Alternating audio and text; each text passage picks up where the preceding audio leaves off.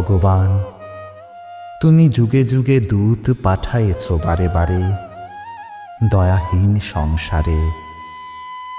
তারা বলে গেল ক্ষমা করো সবে, বলে গেল ভালোবাসো, অন্তর হতে বিদ্বেষ বিষ নাশো।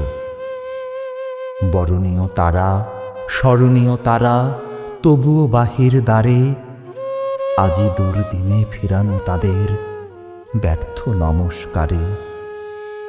আমি যে দেখেছি গোপন হিংসা কপট রাত্রি ছায়ে হেনেছে নিঃস্ব হায়ে, আমি যে দেখেছি প্রতিকারহীন শক্তের অপরাধে বিচারের বাণী নীরবে নিভৃতে কাঁদে।